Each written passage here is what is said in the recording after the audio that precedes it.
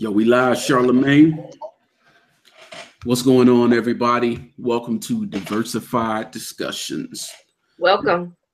This is the very first episode. I am your host, Gideon Alvin White. And for those that know, yes, that is my sobriquet, that is my nom de plume, that is my AKA, that is my alias. Y'all ain't getting the government on here. But I'm going to go ahead and let my cast. Unfortunately, we're a little short on cast. A couple people are not here just yet.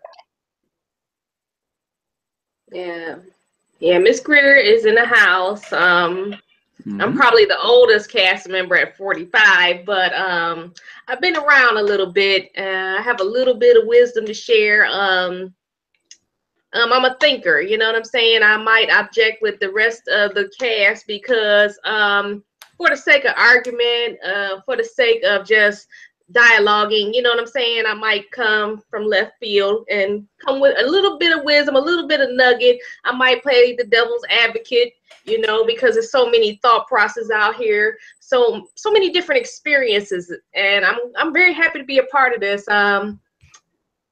Let's start talking. You know, because there's so many thought processes out here. All right. So many different experiences. Thank you for that intro. We are live. I just checked out on the official page. So everything is loaded up properly. So that's great. Well, I am Gideon. I am 35 years of age. And I know to some folks, I'll be like, that's it? Yeah, because I don't age in dog years. But I am 35 years old. Married, father of one. I'm a hustler. Better X about me. Better X about me. So that's what's up. That's what's up. Yeah. So I don't want to get on to any serious topic just yet while we're waiting. But did you want to introduce the rest of the cast for them since they're not here? Yeah, I guess I could try that. So, I mean, they're here. Nikki's here, but oh man, this technology. Oh boy. Yeah, she dropped out for a second. Oh wow. Yeah, she must be trying. She's trying something else, probably. Exactly. That's what it is. But well, let's go ahead with the first thing since we just did the intros. But who I have coming on is I got my homeboy William Esquire. The one and only. He's going to be the channel artist. He's working on some artwork for the channel. So we should see that up real soon. And of course, we got Nikki J coming through. She's having a little technical difficulties at the moment, but she'll be here very shortly. But first thing, word of the week.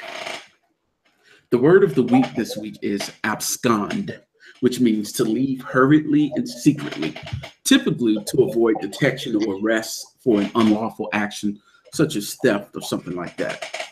So the purpose of bail is to prevent a defendant from absconding. Perfectly used in a sentence, easily used. Abscond is more or less a legal terminology, right? A legal term used in courts and things of that nature, pretty much. Yeah. I mean, I shot it. That nigga tried to get away. For the abonically proficient, you know? Yeah, you know? Yeah. All right. So, Dylann Roof. Uh-oh. Uh-oh. That murderous bastard has been killed. He's been killed? No, I'm joking. Wait a minute, No. He got jumped or something. I didn't know he got killed. I was like, wait a minute. The news ain't that good. But basically, it was reported that he was raped and beaten in prison by a guard that left the door open, and another inmate came in and essentially went and took revenge into his own hands. However, after doing a bit of digging, I was able to determine that no, he wasn't raped. Sadly. Really? Nah, he was actually beaten bloody. Okay. Inmate. Okay. He tried to talked to him and was cordial with him before, but suddenly out of nowhere, dude just started being an asshole. So he ended up, okay, I got something for your ass, and beat his ass. Okay. Yeah. He's in the belly of the beast. It's to be expected. He's not under anyone's protection anymore. I call prison hell before hell. So it's not going to get any better after this. It's just going to get worse. So, but it's fine by me. He killed innocent people in a church of God on top of that. I mean, if you can't be saved there, oh my gosh, where can you be safe at? Right. Jesus, So he's a monster, It's well deserved. Well deserved. Yeah, I mean, you can't. It's just the fact that he felt it was okay to just kill all these people he's never met, people who haven't done anything to him, people that, as he admitted, were being nice to him. He's evil. He's spawned of the devil, and his life is not going to be good anymore. No one else is going to do anything for him. No one. He's just going to go there, be beaten to within an inch of his life until he finally goes to hell. Yep, and he's essentially picked up a one-way ticket. Exactly, so, and that's that. I just when you thought there was, you couldn't get no eviler than that. I mean, Jesus. Oh, Nikki's back, but can she hear us? Let's hope so. She's her picture's there. Nikki, are you?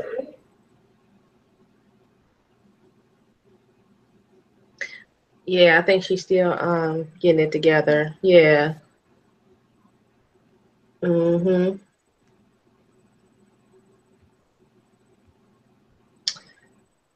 But did you hear any news outlets speak about Dylann Roof's family and his parents, and are they still alive? Are they around? Did anybody speak to them? That's a good question. That would have been interesting to hear from them, hear what they had to say. Oh, wait. All right, he's here. Maybe he can introduce himself. Artist. Go ahead and introduce yourself, my man.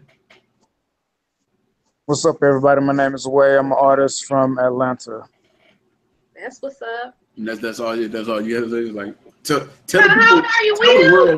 the world what you want them to know about you. I have dark eyes. I like beaches. I like playing space. I don't know, man. I'm a person. Let's get with the discussions. All right. Well, what we were talking about now is Dylann Roof. We were talking about how he was beat. Yeah. He was beaten in prison, beaten bloody by an inmate.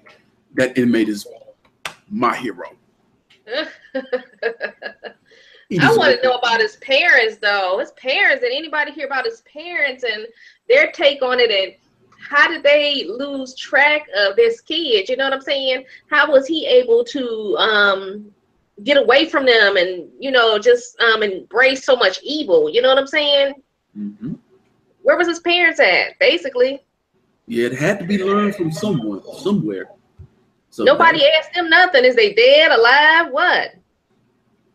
I don't even know if anyone knows. I don't know. That's crazy, though. Like, I think everything is relative, man. He did something very bad and it came back.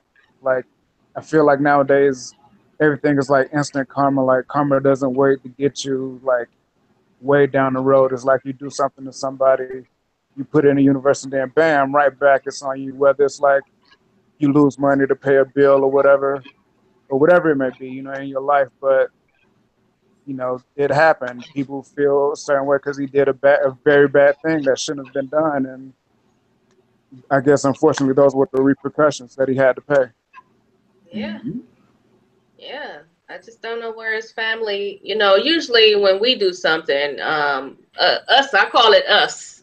Us is when we do something wrong, the media is all on everybody, right down to the minister of the church, your cousin, your wife, your little brother, the baby, got the mic in everybody's face accusing everybody of what one person did. And so Dylann Roof is just, we're going to hold him accountable, and that's it. And nobody else has to answer for this vicious thing he did. But I'm different because to me, where's your mom? Where's your pa? What, he was like 19 or 20? How old is he?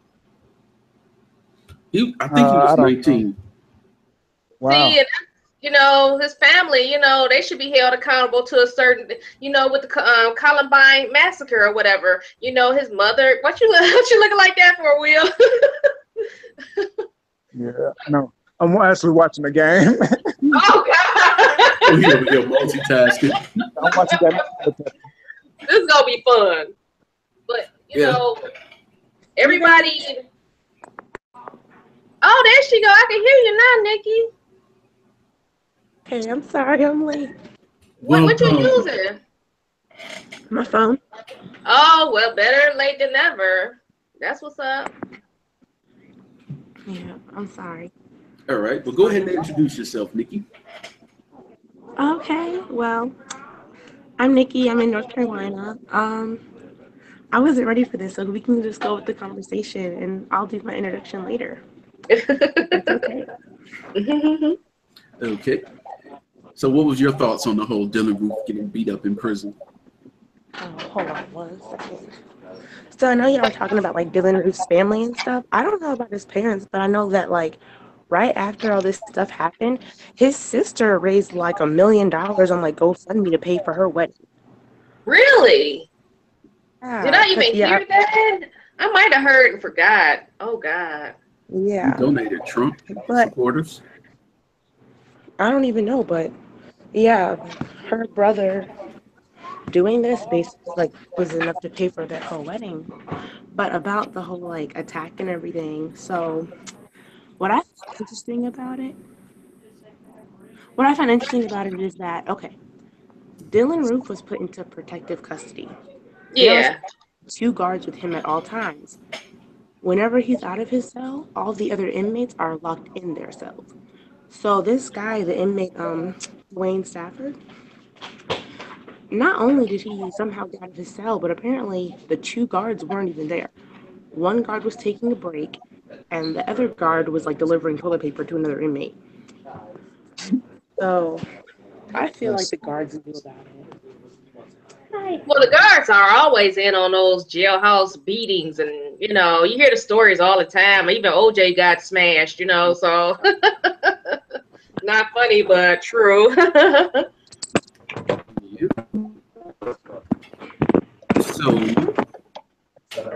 Oh wow, is everything okay? Oh, it's just like mostly like Latin stuff. Well, she is at work as well, so. Oh, okay. Well, let's bring on the next topic. Okay. This one's probably going to be a while because it's a lot to say about this. Yeah, it's like. It's the celebrity section. We're going to talk about the new Jay-Z album. It's the rock. He has been throwing that up for so long ever since they broke up. But yeah, the 444 album. What do y'all think about it? I haven't heard the whole thing. Where can you hear the whole thing at? I mean, without paying and getting any little subscription service. I mean. Oh well, there's currently no legal way to, but I know they had we can discuss that later. The story of OJ. Now I seen a video the other night, and I liked it. It just baffles me how everybody, these young cats, just totally missed the whole point. I'm like, the point ain't about him and Beyonce and their marital problems. The point is just get money, invest in your community, invest in your families, invest in yourself. I'm like, dang, somebody mentioned how many times he said the N-word. Who even care? They've been mentioning the N-word and rap music for them forever. But white people want to be all irritated about the N-word, but who invented it? Exactly. Right, like that Jay-Z has. Oh my gosh, no. I mean, it's not bad. They just don't pay you anything. Oh wow, Oh, Nikki. she's talking to her. She got turned out her phone. Oh. Nikki, type in the chat when you're done with that There she cussing. goes. She took it off. Oh, he Okay. got off. No, I Oh. muted her. Oh, you muted her. Where's Will? Willie Will. William Esquire. He looked like he dropped off. I don't see his picture no more. Yeah, it looks like he did kind of fall off. He'll probably be back. Oh, there you There go. he is. You there? Mr. Esquire. What's up? Oh, we were talking about Jay-Z's new album. I only listened to it one time though. How'd you like it? I did see snippets of the 444 video, and I thought it was cool. Like I was saying before, like I got cut off. Like who has said the word nigga? That's a rapper that has the influence that Jay-Z has. That's why that's important to me. You know Yeah. what I'm saying? You know, along with like all the history of it and the style that it's saying, but of his stature was able to like step out and just do that shit. It's like wow. Excuse me. Mm-hmm. Yeah, so that's a major difference to me. But see what this group does. Yeah, and I think, my personal opinion, I think it is genius because he has managed to talk about just the right people. And since he's talked about just the right people, people are talking about it. He's talking about just the right things. People are talking about it. Oh yeah, 100%. You're right. Did you hear the rumor that they're accusing him of being anti-Semitic because he mentioned Jews in his record? Yeah, and the funny thing is, that was not touching that one. I'm like, are you kidding Yeah. me? He didn't even really say anything but the truth, and these fools is cutting up. Yeah, the exact line that he said was, "What's more important than throwing away money in the strip club? Credit." Yeah. You ever wonder why Jews own every piece of property in America? That's how they did it. That's Right. it. That's That's it. it. I prefer those stereotypes rather than that I rob, steal, kill, and doing all sorts of thug shit. I prefer that stereotype to that. It wasn't even a stereotype. The way it's true. That Exactly. is how they did it. It's not like, yeah, they were being ridiculous. But I mean, like, even just like outside of the like financial points that he made, I feel like he made like a lot of other good points too. And I feel like he brought up a lot of things that like we need to talk about. Like, I mean, just like him, like taking responsibility for like all of like the stillborns and the miscarriages that Beyonce had and stuff like that, just because like the stress that he was putting her through. Mm-hmm. See, I didn't hear And all then, of it. yeah, I mean, he said something like I apologize for all the stillborns because I wasn't present and your body couldn't accept it or something like that. But Okay, I remember that part. I didn't know what he was talking about. yeah, he's like he said Beyonce had a lot of stillborns and miscarriages and stuff. Yeah, he talked about some grown man stuff on this album. And He did because he's from my age group, and the thing is, when you start to get in a certain age, you start thinking about higher things. Investments. Music is no longer a priority. You know what I'm saying? Unless you're in the music business, because you got some rappers my age. I don't know why. Don't ask me why. But you actually got people that's still rapping at the age of 45. And well, Jay, he's a rapper. He's what, 47, 48? yeah, the thing with rap is if you started out young, that's fine. But you keep going until you're no longer good at it. Look at Too Short. Too Short is about 50 years old now. He's still going. He's still good. But if he were just trying to get started, that would be problematic. I'm sorry, but if you're out of your 20s, even late 20s, and you're still trying to make it in the rap game, it's time to let it go. It's time to let it go. See, there You are want to be in the business? Go ahead and write like local rappers where I'm at who are like in their 40s, still trying to make it in the rap game. But like, if you say like, okay, time to do something else, like they feel like you're just hating on them or being like negative. But it's like, I mean, I know a guy, he has 3 kids. He's like almost 40, still trying to be a rapper, his wife's still trying to be a model. At what point do you say, let me do something else? You know what I'm saying? Like, they haven't accepted the fact that it's a hobby, because hobbies never pay you a dime. I got that from Shark Tank. Mr. Wonderful, he said if it's not paying you any money, Kevin Lilly, he's so mean, but he's to me. He's kind of rude, but he's telling the truth. If you're not making any money off of this, it's a hobby. You know what I'm saying? And you need to do something that's gonna make you some money, because it's tight out here. You know what I'm saying? These bills ain't no joke. You know, but they don't let it go, and they consider themselves a rapper to the very end. Jay's the exception because it's paid off really well for him. Him and B they're billionaires. You know, they winning. They stay winning. His net worth, last I checked, was $810 million. Hers was $347 million. That is a $1 billion couple. Right. They stay winning. Yeah. They're doing their thing with that. So you see, he mentioned Solange, about how he egged on Solange on the first song, Kill Jay-Z. Yeah. Wow. What he hated on her, he said, what'd she say, Nikki, what? Oh no, like I was just saying how, like, you know, like when that whole elevator thing happened, so many people were ready to come at Solange, like, oh, she did this. And I'm like, really? I have a sister. Yeah. Now I have a sister my age. If she puts her hands on a guy that I'm with and I stand there and don't do anything, obviously I feel like it was justified. You know what I'm saying? Like, well, most people said that it was probably his cheating or something. That's why she jumped on him like that. Yeah, I ain't gonna lie. I cracked jokes about it. When it happened, I was like, yo, she tried to attack The Rock. For the first time in her career, she had back-to-back hits. Pardon me for that. I had Jay-Z joke. But the line, the exact line was, you egged Solange on, knowing all along all you had to do was say you was wrong. Wow. And then, like, something else with the Jay-Z album that I want to bring up was how in his very first song, he talked about how, like, you know, how he feels like he has to do better because, like, he has, like, a daughter, and how he has to get softer because he has a daughter.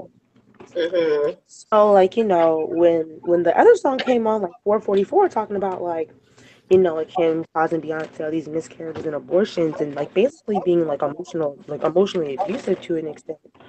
Like, I think it's crazy how so many men are like that, though, and it's like they don't care about other people's daughters, but then when they have their own, that's when they realize, like, oh, let me stop being a piece of shit. Let me stop being a fuckboy. And sometimes, Nikki, like you see on Facebook, sometimes they have children and they still do the same stupid shit. You know, they still run around and disrespect other women. You know what I'm saying?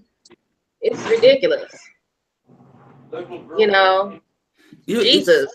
It's that some men do need a woman to make them see the humanity of a woman. And I think that's pretty sad. You don't really see, like, you ever notice how people say, this is somebody's sister, this is somebody's daughter, this is somebody's wife. Why does her relationship to a man have to be used to make her human? Exactly. And it's a disconnect with a lot of people there. Exactly. It is. It's sad. But a lot of it's self-respect too, Gideon, because if a person doesn't respect themselves, if you don't have no self-respect, you're not going to be able to respect the next person. That's just the way it is. People going to be people too. You can't change people. Yeah, that's facts. Facts. And people know what time it is, man. People do a lot of fronting. Like, you can't be mad because you accept, like, somebody else's bad decision. You can't. Yeah. A lot of them boy parts gotta play. Yeah. No. Yeah. So did anybody peep the shot at Future? Future on what, on BET Awards or something? Yeah, he took a little subliminal. He said, you don't know what you would have done in the future, niggas playing football with your son. Oh, yeah, I caught that. Yeah. I don't think Future's going to clap back at all. Future responded. He did? What did he say? I missed that. Hold on. Let me see if I can find that response so I can show you. Rap beef. Yeah, I know, right? Let's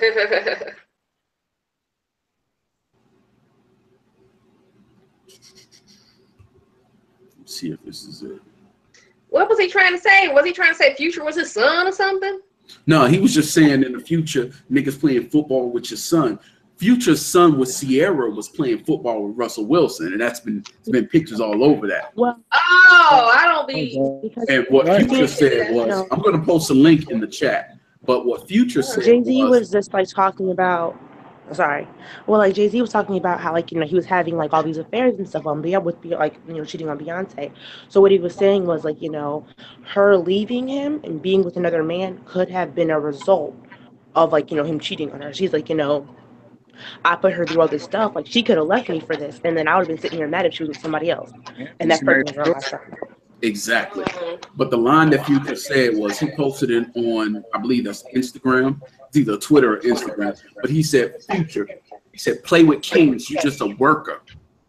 Oh, wow. Jay. You saying that to Jay-Z. You saying you just a worker. Try that when you at least get to 100 million. At least. Yeah. Oh, Future was dissing Jay-Z? That was the line he responded to what Jay said. Oh, he paid. Playing football with your son. So yeah, he had to say. I mean, as a man, you gonna say something. Yeah. Oh, for sure, Future is. Yeah, no doubt. I mean, you don't just come at somebody and not say anything. Then a little shot at Lil Uzi. Okay. What did he say? I don't remember the exact words. Hold on. It doesn't matter. It's rap beef. Rap beef has been going forever. Oh, wow. He said, I hold the Uzi vertical, let the thing smoke. And everybody's like, wait a minute. Lil Uzi I hold the Uzi vertical. It's that a little sounds false. See, like, I caught the Future one, but I felt like the one about Little Uzi was a little bit of a reach. Maybe I just don't get it. I don't know. It's rap beef. You'll never understand. You go with rap beef. Only thing you need is 50 Cent up in there. Just start sucking G-Unit. Okay. So can we talk about the story of OJ song? Yeah, let's go back to that one. I like that. Okay, I felt like this was very, very important just because of the fact that it's like you have so many Black people who, and it's not only rich Black people who do this, but a lot of people try and distance themselves from like Blackness with money, with education, by changing the way they speak, by changing their entire vernacular, thinking that it'll protect them somehow from experiencing different forms of racism. And like, I don't know how he got to that point, but I mean, like, when the whole OJ Simpson case was going on, he sat there like, oh, I'm not Black, I'm OJ. Like, he felt like his money, his celebrity, his fame was You're because he right, was but sitting he here made and the like, white cops taste negate his good. Blackness. Like, yeah, I mean, it's crazy because it's like, no matter how many degrees you get, no matter how much money you have, like, it's not gonna negate your Blackness. Like, you can be a billionaire, but you're still Black. Like, it doesn't matter. You can have 10 degrees, you're still Black. It doesn't matter. See, that's why, OJ, that's why he put OJ in his music, because it was a good example of how people like to forget where they came from, Nikki. That's what they love to do. They love to get millions and millions of dollars, and then white folks help them forget who they are, because in reality, mainly because they want to, get a piece of that pie. You know what I'm saying? They've got something to gain from people like OJ. He's a millionaire. Let's pretend he's not Black. Let's pretend he's not this horrible thing that we stereotype against every day in our minds. So, he was right to bring up people like OJ. They forget where they came from. Wait, do you have something to add on to that? Oh, I'm going to say it's rap beef and people just watch your football. People expressing it in their own way. I do agree with you. Like some do like reach certain levels and then ultimately lose their knowledge of self, or they forget who they are and all of that. But my question is, if we was all like ballers, if we was like on our yachts doing this, would we be complaining about them? No, we would be enjoying our lives like I'm enjoying my life right now. Yeah. But this is a talk show, so we're going to talk. That's real, though. But, like, for real, like, think about OJ, for instance. Let's go back to OJ. OJ said he denied his blackness and made them corrupt LA cops chase him through the hood. And OJ does the what black nigga thing? I'm going to steal my own stuff back. You're black, bro. Another black OJ. You're black.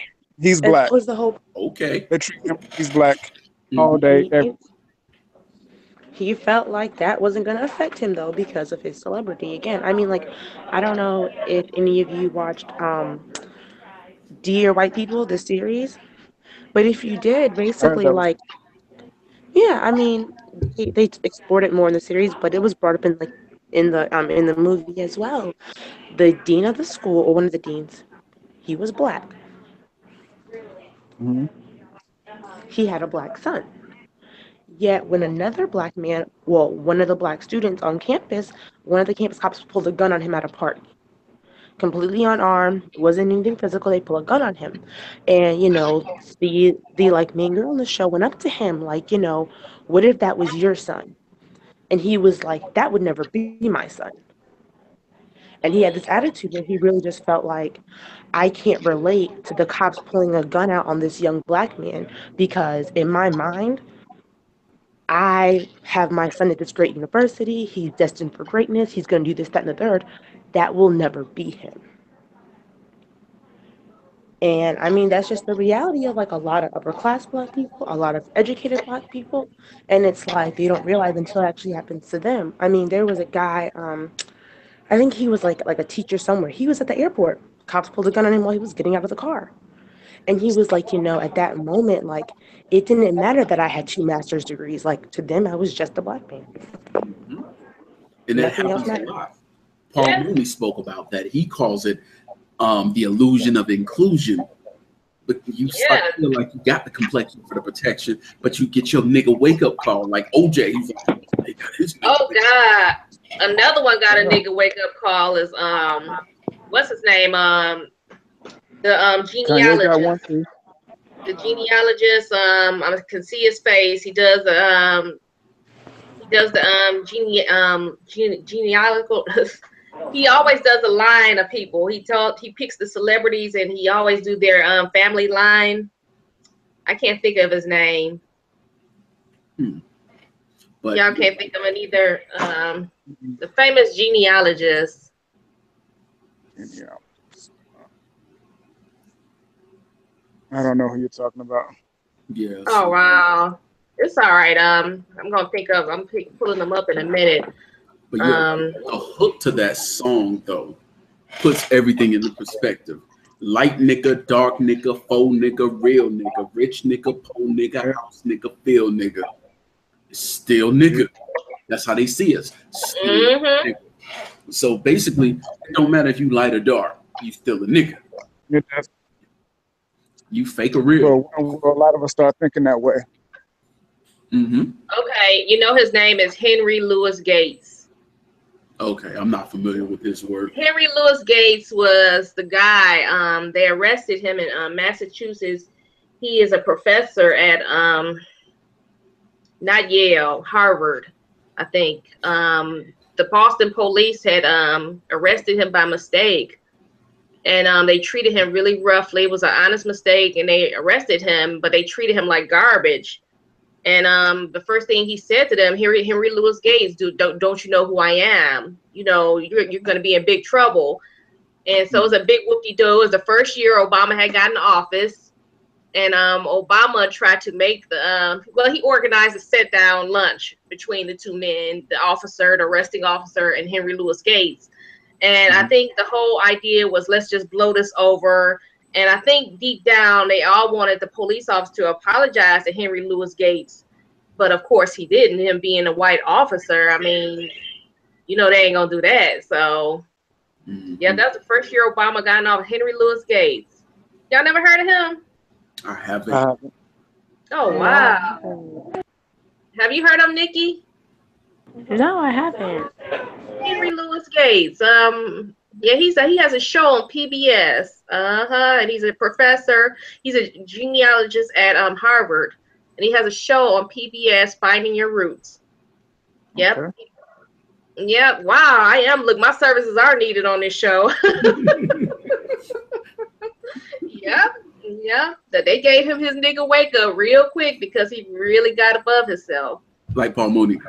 No, wake up. Right. Right. Mm-hmm. There's a lot of them though that's like that. They forget who they are. You know, they gas them up because they had this education, they have all this money and this power, and then you have people like Jay-Z's he's just pretty much saying be humble. You still. That was Kendrick. Huh? Oh yeah. He did say still a nigga. You said I was thinking about Kendrick. Kendrick, I like him. Yeah. Yeah. Oh, and I think that like something else I liked about the album was the song Family Feud, where he basically was like, all this beef between like real rap versus mumble rap, like basically is bullshit, which like I've been saying since forever. But yeah, I mean, like you have people like Joe Budden who like get so caught up in this like unnecessary beef, and it's just like it doesn't make any sense to me personally. But Joe Budden picking on a mumble rapper is like Einstein picking on a retarded dude. I think it's like the word bitter is like reserved for women, I feel like, but Joe Budden is a bitter man. That's really what it boils down to. Like, I mean, you still have like more lyrical rappers like Kendrick and J. Cole. I've never heard Kendrick come at like a mumble rapper for being a mumble rapper, or J. Cole. And it's like, rappers who actually are making money don't feel the need to do that. But Joe Budden, he does, because, he never made it mainstream. And I feel like it's really just jealousy at this point, and he just needs to grow up.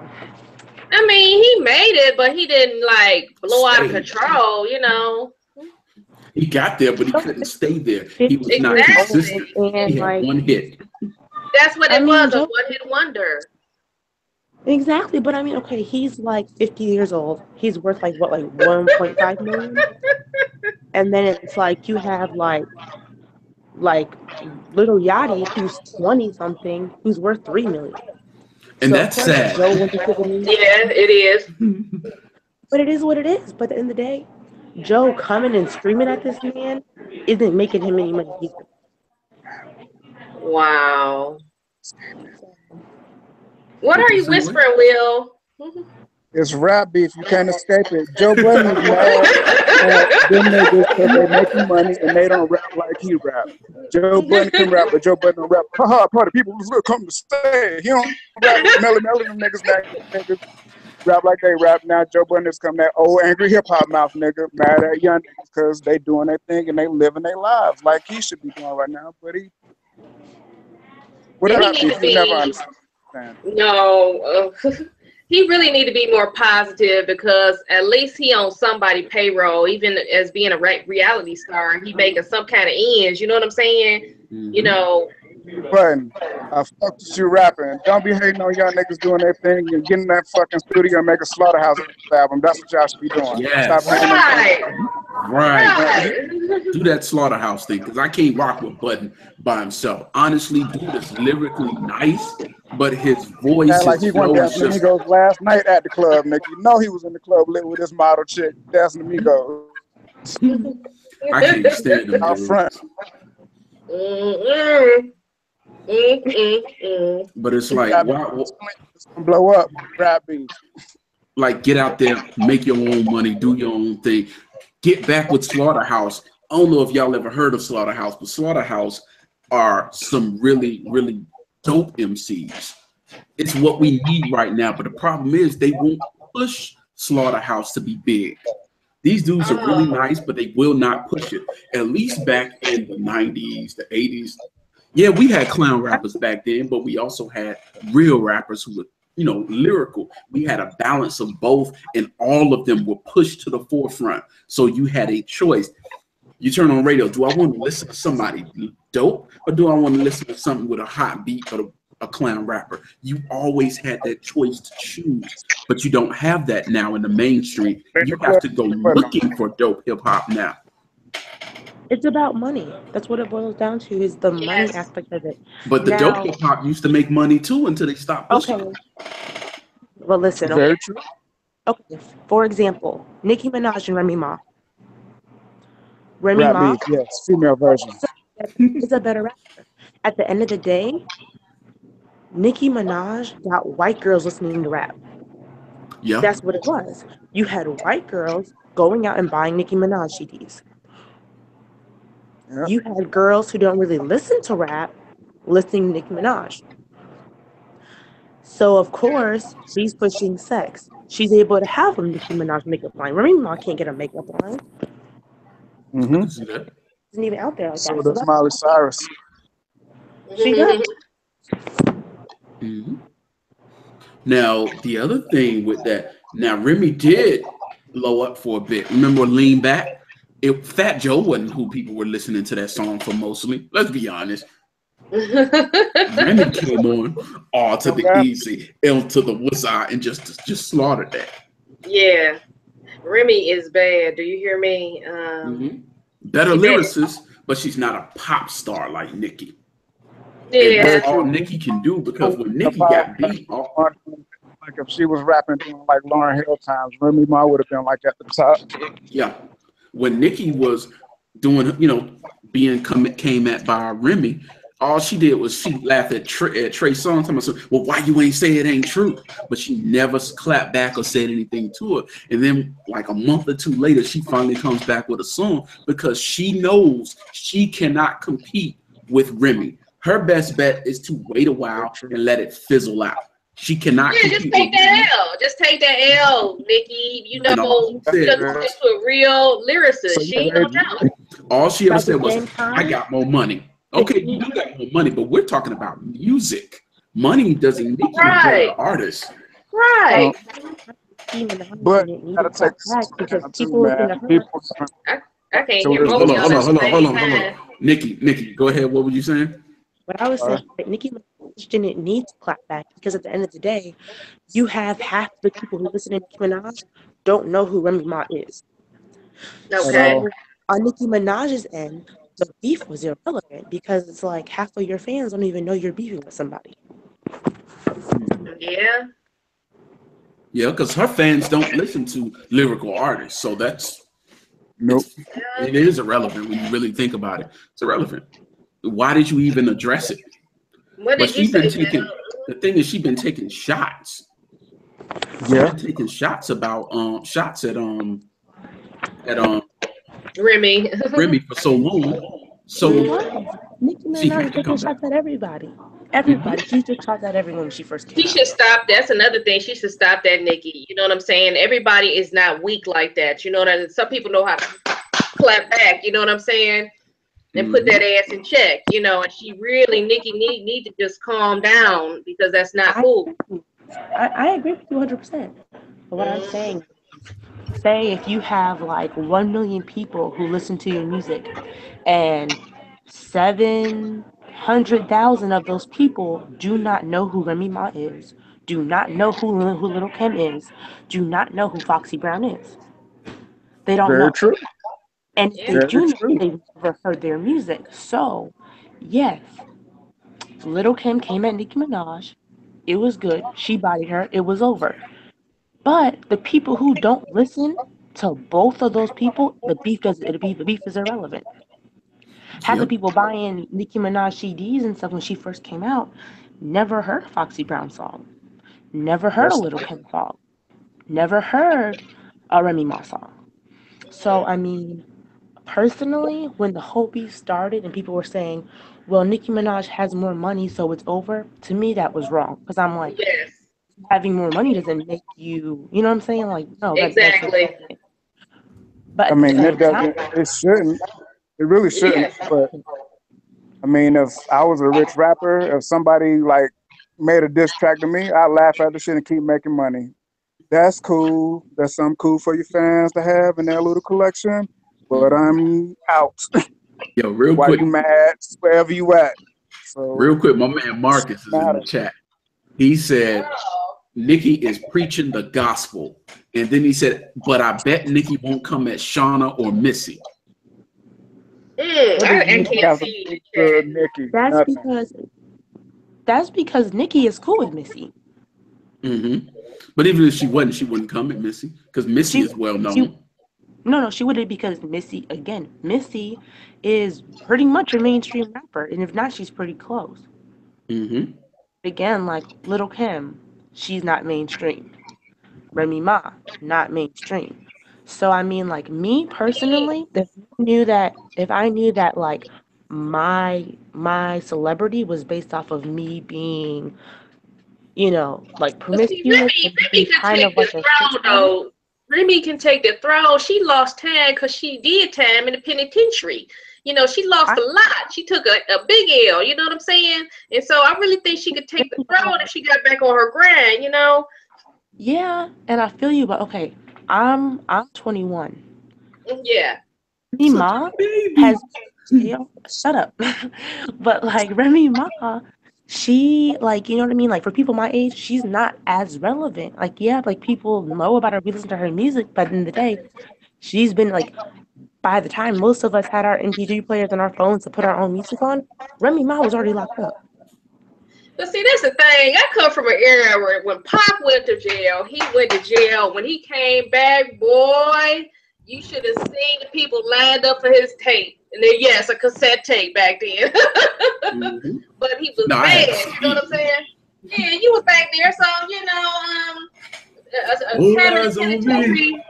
Exactly. Time in the penitentiary should not mean a death sentence for anyone.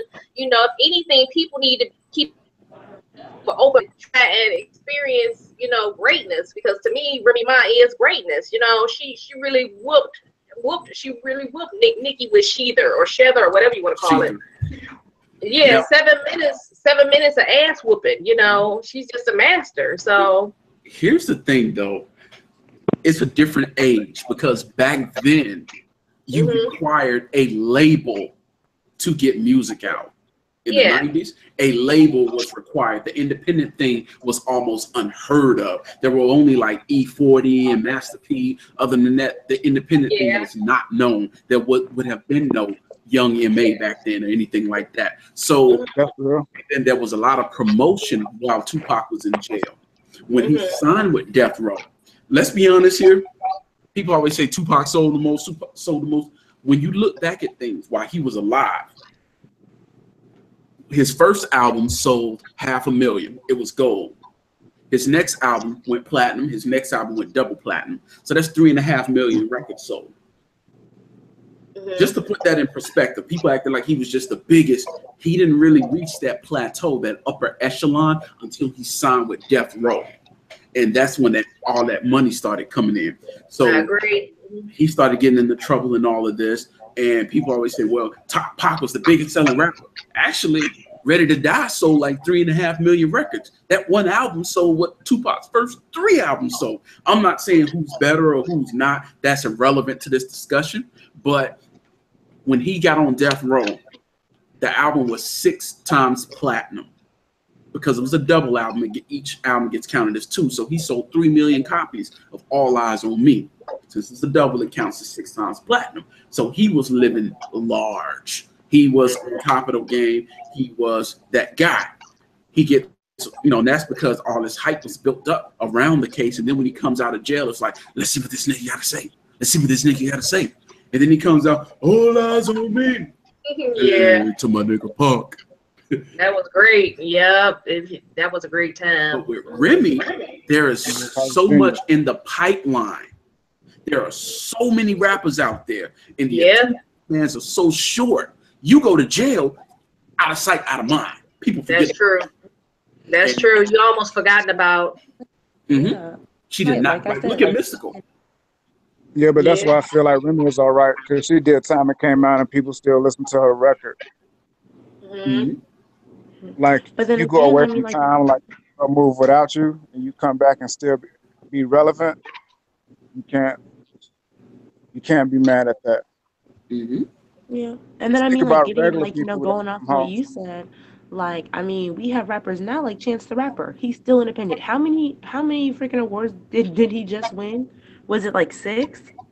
Oh Hmm. wow. Was it 6? No, like I could definitely be wrong, but I know he won several awards and he's still independent. He's still doing concerts. He's still making money. Like, Mm-hmm. Yeah. And that independent route is why there's so many in the pipeline right now. Oh, mhm. and my man Marcus in the chat, the group chat, wanted to make sure that when he said Nicki was preaching, he's talking about you, Nicki J, not Nicki Minaj. He just wanted to make sure. Oh, I can't see in the chat where he I'm at. looking Making at sure it I was through. like, let me not say anything because I don't know if Wait, he's he's talking in to the me or not. YouTube. Is in the YouTube chat. Yeah, Okay, that's why I can't see him. yeah. I'll call it out if somebody says something, so y'all will be informed. That's what's up. What's the next topic? Do we have a next topic? Oh, it was mental illness in the Black community. Mm-hmm. Okay. Okay, so I mean, personally, I feel like it's several parts to this. One of them, I think, is lack of education. There's a lot of misconceptions about what mental illness is. And like, I mean, like most Black grandparents and a lot of Black people over like 35, I would say, still think that things like depression is like, oh, you're sad, or Oh, like, baby, just pray oh, about it. yeah. And then I mean, Right. Take also, it to Jesus. yeah. So when someone puts, you know, it's like a lack of education about what mental illness actually is. Then it's like a lack of money and like a lack of access to like mental health professionals. Then there's like a general distrust of doctors in the Black community. And then I feel a big part of it is religion. Like that's like the biggest issue when it comes to mental illness because it's like, oh, well, God won't give you more than you can bear. Or, oh, well, like you just need to toughen up and just be stronger about it. And I feel like another big issue is the whole like strong Black woman complex that comes with this. Because I mean, Mm-hmm. like, and then it's like being a strong Black woman, and then it's also like being a man for the men. It's like you aren't allowed to like have any type of issue, like any type of a mental illness, like no matter how small or how large it goes. It's like a sign of weakness to a Mm-hmm. lot of Yeah, people. I mean, like, I it is. remember my brother, one of my brother's ex-girlfriends, like, she was talking to my mom, like, I just feel so depressed. Like, I don't want to get out of bed. I haven't eaten in days. Oh. And, like, mom's like, you should, like, go see somebody. And she's like, I want to. But, like, I told my mom I was feeling depressed. And she was like, like, Black people don't get depressed. That's like a white people disease. And it's so much of that. Yep. Yeah, it's not a race thing. Depression, all sorts of mental illness is real. It's as real as can be. And people always say, well, it's all in your head, just shake it off. Technically, yeah, it is in your head, but it's not something you could just shake off. It's not something you could just decide to move away from. It's there. It needs to be dealt with. If it doesn't get dealt with, it's going to fester and something's going to be the catalyst and it's going to explode. And it just gets Exactly. worse. Yeah, and then like another thing that I wanted to bring up, one of my friends, she mentioned this about the Jay-Z album, and she was like, a lot of people don't realize when men are depressed or like dealing with a mental illness because sometimes mental illness looks like substance abuse. Sometimes mental illness looks like you just being like, like taking like sexual risks. And both of those things are like encouraged in men. So it's like you don't always want to label things. And then well, something that I wanted to bring up to y'all was like, how Miss Greer brought it up earlier, but how so often when like a white person commits a crime, we want to question their sanity. But when a Black person commits a crime, we don't do that. So do y'all think that that is like a cause or an effect of us not bringing it up too? I mean, like, do you think that society not considering that when Black people commit crimes, do you think that's like a result of us not taking it seriously, I, or is that like an effect of us not taking it seriously? I think it's an amalgamation of we not taking it serious as well as racism because I don't It want to is. play the It's race both. card, but it's a Yep. bit of both. Because if you have a racist system that's set up, designed for us to fail, and they want to find a reason to lock us up due to the 13th Amendment, make us slaves again, basically. If you have that, plus you bring in the fact that we don't take it serious. Why would they take it serious if we don't even consider it? Exactly. I agree. I agree with that. But I mean, like, it's just crazy to me how, like, even now it's like you still have so many black people who really don't think this stuff is real. And I mean, like, I grew up at a school that was like 95% white. When I tell you, like, mental health with them is like such an open discussion. Like, oh yeah, like I have therapy Tuesdays and Thursdays. I only have therapy on Thursdays. Well, yeah, they like prescribe me Prozac for this. Oh, they prescribed me Xanax for this. Like, it is a open communication. It is an open dialogue. We don't have that. And then I mean, like, even when it comes to like teenagers, I feel like it's so easy for us to just label a kid as bad, disrespectful, or rude instead of us like, okay, like maybe my daughter really has like anxiety, maybe my son really has depression, but instead it's, oh no, they're a problem child. Let me just go spank them. Let me spank this demon out of them, and it'll be okay. Yeah. Right. A lot of it's ego based too. Oh, what was you saying, Will? No, I was saying, but that's because we no longer have people that have a high tolerance level or a high level of patience. Like we live in a world where everybody want everything quick, quicker, quicker, like fast Exactly. food. I Yeah. I'm mean, hungry like right now. honestly, I'm thirsty. Juice box. But yeah. go ahead. I mean, I have a 3-year-old son. He'll be 4 soon, and like, if I had $1 for every time I was told that I was trying to be a white woman or trying to be a white mom, Oh yeah. because I don't spank my son every other day for stupid stuff, I actually will sit down and talk to him and explain Just things be to a him. mom, so But oh no, that means I'm trying to be a white woman. Like no, I just no, don't feel the just need to beat my kid for everything. I don't feel the need to do like let me sit down and explain to him and understand where yes. he's coming from and let him understand where I'm coming from. And we can talk about it like but I mean even like that, it's like, oh Nikki, you're not a white woman. Nikki, Isaiah isn't some little white boy. Mhm. Like literally every day. Well, a lot of it's ego based too, family. If y'all don't mind me calling you guys that family, it's an ego thing where black people, we never want to look bad. We always want to shine. We always want to look perfect. We always, you know what I'm saying? We always got this ego thing. We're the best. We're the greatest. We do no wrong, even though the prisons are filled with us. And we have so many mental illnesses that's unaddressed, undiagnosed, untreated. Most of it's ego based, most of it, and Hmm. there's no other way for me to look at it. I One mean quick thing, Nikki. My boy Marcus says, punch him in the face for that. I believe in discipline, but not beating him up for everything. Punch whoever said you acting white. I mean, and kind of going off of what Miss Greer said, like I'm trying to figure out how to say it. Like, I know I might get some backlash for this, but I feel like another part of it is that, like, a lot of black parents don't want their kids to be better than them. So it's That's still true. that That's ego thing. Ego facts. So based. it's like, That's facts. It's I facts. mean, like, you have parents that expect, like, oh yeah, like I know how I was as a teenager. I know what I went through.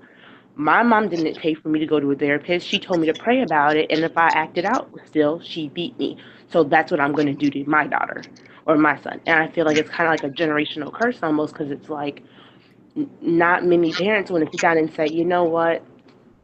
I love my parents, but there are some things that I don't think they did the right way just because maybe they didn't have the right tools or they didn't have all the information.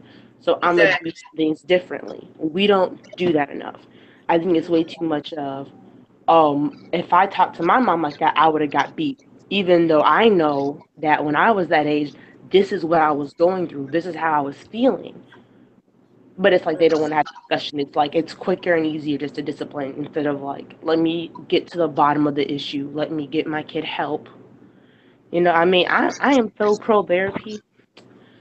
I am so pro therapy. I feel like everyone should go to therapy. Yeah. Everybody needs to go to therapy at least a few times in their life just because, Well, like, it's self care too, Nikki. It's self care. It's an element of self care. Just like going to any kind of doctor, getting your physical checkup, going to the dentist. It's all self-care except it's for your mind, your mental. And there's nothing wrong with going to seek therapy. I know a lady, her daughter died at a young age. She started seeing therapy because her daughter died, and that's terrible. So therapy is good for anybody. It's all self-care, but some kind of way, Black people look at self-care, going to the doctor as if something is wrong with you, getting a simple checkup. Oh, somebody asked me. I told them I went to the doctor to get a checkup. Oh, what's wrong? What do you mean what's wrong? You go see a doctor and get checked up once a year. You get a physical examination once a year just to make sure that everything is working out. You don't wait until you're half dead in the ER department and then go get checked out. The same with therapy. You can break it down to 3 days a week, once a month, any kind of way you want to, but don't just sit up there and do nothing. You know what I'm saying? But that's how a lot of Black people roll. We wait until we're half dead and then we go seek medical attention. And that's not the way it's supposed to be. If you have a problem in your life, sit down, talk it out. Don't hold it in. Like you said, Gideon, don't let it fester. Is that the word you use? Don't let it fester until you're ready to go and shoot up something or kill somebody, But we don't like to get checked out. We like to we like to pretend as if nothing is happening, and that's not a good way to deal with problems at all. At all. All right. Anything else to add on this topic? All I see is the top of wheel head.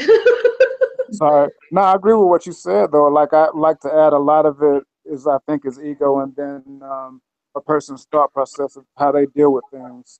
Like that's why I was saying to Nikki, just be a parent, like right from wrong. Like I trust you're a smart, intelligent young lady to know to make the right decisions to how you want to like raise your child. Just do that, and they'll be fine. Like no one can stop life from happening. Exactly. So what else you gonna do? Just make sure you do what you need to do and keep them away from pardon my English, but it's bullshit as much as you can. But she's gonna grow into a young adult and do grown lady things and live her life. And when she has children, they're gonna have to do the same. But you can't. Like I feel like as a parent, I don't have any children, but as a parent, your parents are gonna naturally try to protect you. Like for them to feel like you being better than them is kind of weird. But I've seen instances where it's obviously evident. The same within classrooms, but like one of my teachers told me, like people should never feel that way because if your student becomes better than you, then that makes the teacher look like a genius.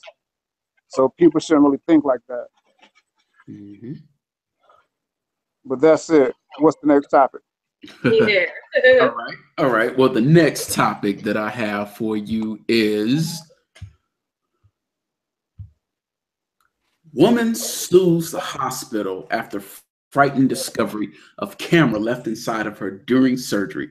This is the what the fuck of the week. Big Brother's watching. Literally all through. So basically, a Georgia woman filed a suit against Emory University Hospital after doctors. Oh, she about to get paid, son. Run them coins, but left a camera in her body following a surgery. So basically, according to the suit filed in DeKalb County State Court this week, LaCrystal Lockett, I'm sorry, but even if you didn't see the picture, you knew she was Black. Oh yeah, she definitely gonna get paid.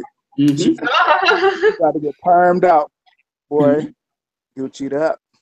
So LaCrystal Lockett of Stone Mountain says the hospital and doctors were negligent during her 2014 kidney and pancreatic transplant. Dr. Paul Booth, assisted by Drs. Ronald Parsons and Denise J. Lowe, performed the procedure with the assistance of a medical camera.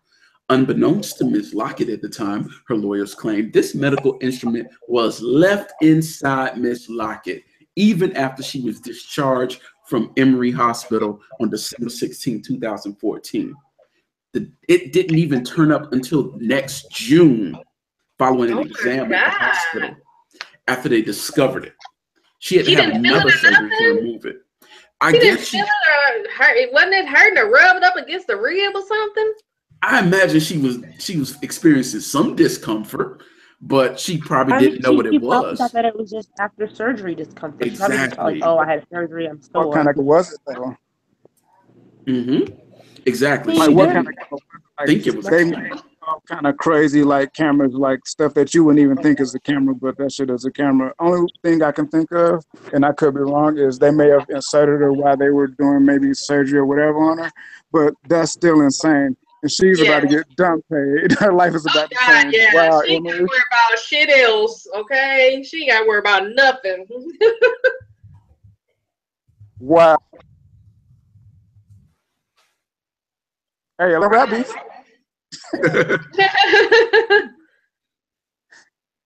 Wow, man. Yeah, that's kind of crucial. You left the whole camera. Like, who got fired over that? Like, where's the camera? Where's They the don't camera? get fired. Them doctors have insurance up the. No, up the- not the doctors, not the doctors. One of their people. Really? One of the people, I'm sure, was like, my assistant lost the camera. Where's the camera? They blame somebody. They blamed an assistant. They blamed a nurse, a medical assistant, physician's assistant, or something. They're not going to get blamed for that. Wow. But you didn't take the camera out. So she's walking around with this camera in her for 6 months. Yo, time out. I'm sorry. I have to go back because earlier when we were talking about how Black people do nothing as far as their health is concerned until it's too okay. We know about the Tuskegee experiment, and I guess other happened. I think that's why Black people are afraid to go to the hospital, because we know we live in a, I guess, in a world, if you want to say, that's against us for whatever. But I think that's why some Black people are afraid to stop or continue. A camera was in her. Man, she's about to get paid. Oh yes, thank God she lived through it. Now she ain't got to worry about nothing. Her troubles are in the past. Okay, she ain't got to worry about shit else ever, ever. That I just don't get. I've heard of that before, though. I think they donated an entire show about surgical tools left in people's body while they was working on them. I've heard of that before. Mm-hmm. Yeah. So yeah, that lawsuit money is a beautiful thing. It's beautiful. You don't have to do anything. Just sit back and collect a check. That's it. I love it. I mean, it's great. I'm sorry, mosquitoes is out here where I'm at. You say what? Mosquitoes are outside of where I'm at. Oh God. So Yeah. I'm not like freaking out. I ain't like Tyrone Biggs or nobody. Just mosquitoes is like biting me up. There she is. I see you now, Nikki. Well, hello. Hey. All right. So, anything else on that topic? The camera lady. I don't have anything else. All right. So she walk around with a camera in her. That's just crazy. Yo, I'm sorry, man. I bet they had some kind of like feed. Like, I want to know, like, what were they doing with her for that type of camera to be in her? Like, what type of research are they doing? Yeah, it was just a kidney surgery, Oh. and they were assisted by a camera. Oh, the camera, the little robot. Yeah. The robot that goes in them or whatever. Oh. Exactly. Oh, wow. Mm-hmm. She ain't got to worry about nothing else. At all. That check is going to be great. Thanks, Emery. You know? Well, I guess we got one more topic left. Are y'all ready to move on to the last one? Yes. Yes. Yes, sir. Well, this one is probably the climax of the show. Bill Cosby got off. And I'm not talking about the first time with the pills. Bill Cosby got off of the charges. So basically, it was I believe it was a mistrial. It was, and Yeah, I saw that. yeah, so he's free of those charges with that woman, and some people are happy about it. Some people are sad, and there's a lot of dialogue about rape culture in America following that situation. So I'm gonna go one by one and ask everybody what their viewpoints are on this, and then we'll discuss it from there. So first, let's go with Nikki.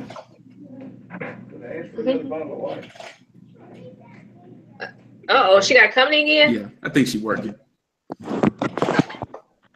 Yeah, we'll go with Wade. I'm sorry, I'm here. Somebody call me. Okay, yeah. We were asking for your thoughts on the whole Bill Cosby got off and rape culture in America dialogue. Oh, yeah. Give me like 2 seconds. I'm at work. Hold on. Yeah, figure. Go ahead, Wade. I don't know what to say about the mistrial. I'm happy that Bill got off. I'm sad because the defamation of his character was so fucked up, yo. Yo, like HBCU gave all the money that Bill ever gave to them back, yo. That's insane. But like, if Bill did rape all those women, that's bad. Like, you shouldn't be raping, no matter what the circumstance is. Like, if you super over thirsty, or if you've been deprived, you shouldn't be raping. Like, if you can't ask, hey, just deal with it. They got things for that nowadays. You shouldn't be raping. Mm-hmm. That's it. Bill got off. Bill can, continue his life with Camille or whatever, and till he, transition or whatever. So that's why I'm happy for Bill. As much as Bill Cosby has given, like, to humanity through shows or whatever he's done throughout his career, he shouldn't have to go through nothing like that. So I'm happy for Bill in that respect. But I'm sad because if he did it, that's fucked up. Black people too. People like 1,000 because we got away with one with OJ. I shouldn't say that, but that's real. And if Bill got off on raping like what 40, like how many of them women was white? If he did that shit and got away with it, hey, more power to you, Bill. I shouldn't say that shit, and you shouldn't be raping. But yeah, next person. Right. Shouldn't be raping. Raping is bad though. It's terrible. Rape is terrible, but then, I'm going to jump in. I'm going to say, my part because I might be one of very few women. No, it's a lot of women that feel the same way as I do. Scratch it. A lot of women feel the same way I do. Bill Cosby was a celebrity, a well-respected man. He had a lot of money, a lot of connections. And I really feel that those women, when they found out that they wasn't going to benefit from his friendship, his mentoring, or whatever that he had to offer them, when they found out they wasn't going to benefit from him, well, they got angry. You know what I'm saying? I don't believe any of them was force-fed those pills. I believe they took it on their own, of their own volition. They sat up there, they took those pills, they got involved with him. One lady, a nice white lady or whatever, she claimed she had a baby bomb, and it's a bandwagon effect. You have all these women that are saying he done these things to him, but at the same time, you got to remember these women did not benefit. I mean, their careers were not, their careers didn't take off the way they thought it should. So, they're angry. The only people that's not angry at Bill are the ones that their career took off to where they wanted it to be, so it sucks, but next, you can't sit up there. You gotta take responsibility for your own career. You can't sit up there and use time between you. You can't sit up there cost money and say they raped you because you didn't, benefit from whatever they were trying to get to you. I just really think that's what it was. I really think their career didn't propel the way they thought it should, and they got angry and they took something that happened between them and Bill, and they all accused him of raping them. Okay, so I guess I'm gonna be like on my own on this topic, but I mean, I believe them, and I'm gonna explain why. My thing is, okay, you had okay, I can't remember her name, but she was a young black girl when it happened, and she was like a model. You're talking about people's careers. Why would a model sleep with Bill Cosby thinking it's going to get her somewhere? Yes, Bill Did Cosby she sleep with is, Bill Huxtable? She sleep with Bill Cosby from Let's Do It Again. but I mean, See, but like people what I'm don't know saying, about the dirty joke telling Bill Cosby. They know about the family joke telling Bill Cosby. Mm-hmm. Dr. exactly, Hustle. and you know that was going to be my next point. So many people are like, oh, well, he was this great man. He's so respected. Y'all don't know this man. You don't know him. You That's know true. Cliff Huxtable. You That's true. respect Cliff Huxtable. Hmm. Cliff Huxtable is a great family man, a respected doctor. That is a character. Mm-hmm. Yeah. They're two Well, separate people. he's A still lot of great, black man. people Whatever. have a problem getting that in their heads. Yeah. Yeah. So we need to stop this whole, oh, he was such just great, wonderful man. None of y'all know him. It Like was y'all a lot don't. of facts too. It was a lot of facts, like Contran, the little light skinned lady that looked like a guy, one of his first per se victims. She, she claimed he raped her, and then the same night she called him 73 times. I've been violated before, Nikki, and it's terrible. You know what I'm saying? But I ain't seen that dude in 30 years. You know what I'm saying? And I ain't Okay, trying well, to I see mean, him. That's how I went to you high handle school with it. the dude who raped me, so I mean, That's like I saw him every day at school. different women handle violations differently. Now, Exactly. I'm gonna Nikki go ahead and finish. Well, you go ahead and Oh, I'm finish. sorry. I'm Okay. sorry. So now Uh-huh. my thing is this: statistically speaking, 3 out of 5 women are sexually assaulted in her lifetime. 3 out of 5.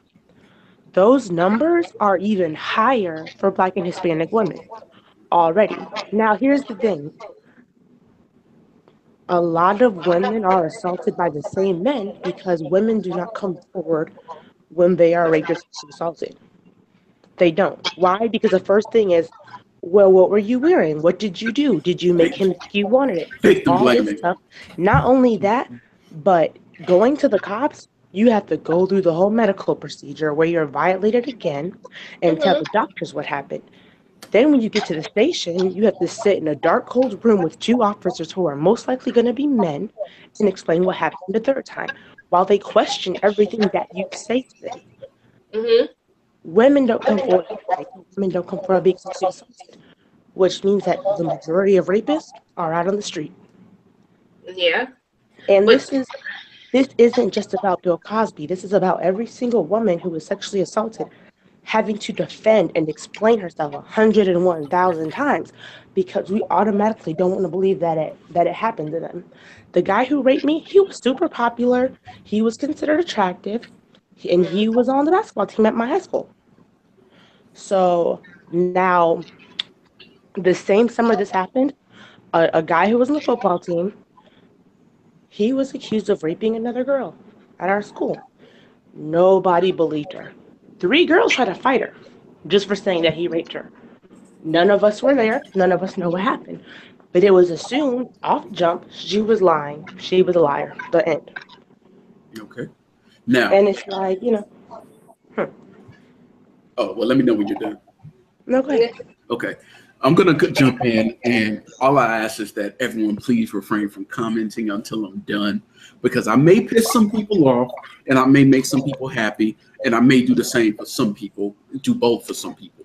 Now, my take on this is No, you're welcome. I am a man. I will never know what abuse is to a woman from a woman's perspective. I acknowledge that. I will never know. I will never understand that. True. However, from what I am told from victims who have been assaulted, everything Miss Nikki just stated is true. You have to relive that whole thing over and over. Some women never get over their assaults. The reason some women wait so long to come out or wait so long to mention it is because they get blamed, especially as in her scenario, if it is a popular person. If it is a popular person, people just don't do it. But we seem to forget when we look at people who are popular, who are larger than life personalities, these people tend to be perverts on some level or another. It's a common thing. Mozart was a pervert. We know R. Kelly was a pervert.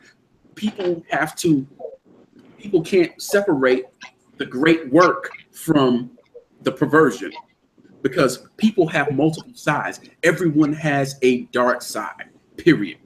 True. I got a dark side. Oh man. But the question is, can you keep it under control? Do you have a better control of it? I'm not a rapist. I've never had a desire to rape women.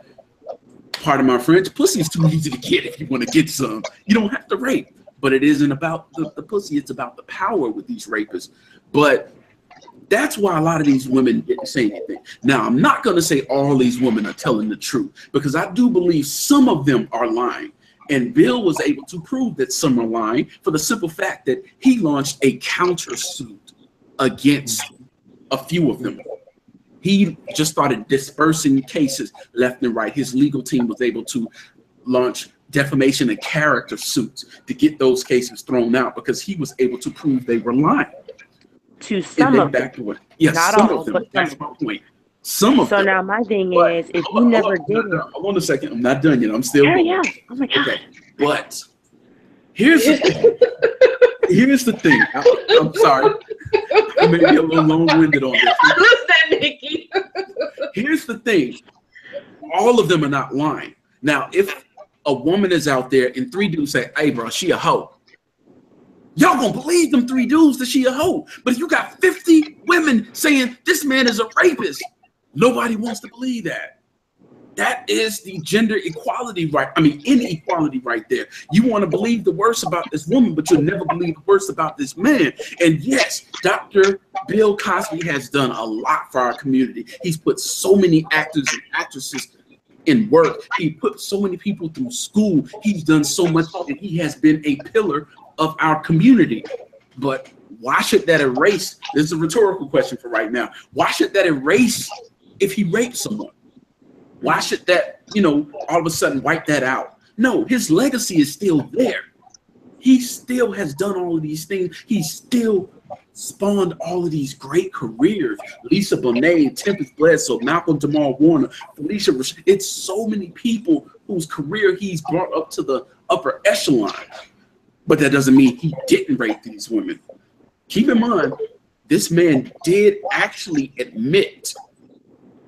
He actually admitted to giving these women drugs to have sex with them. Before that happened, when it was just a few women, I said, you know what? It could be true.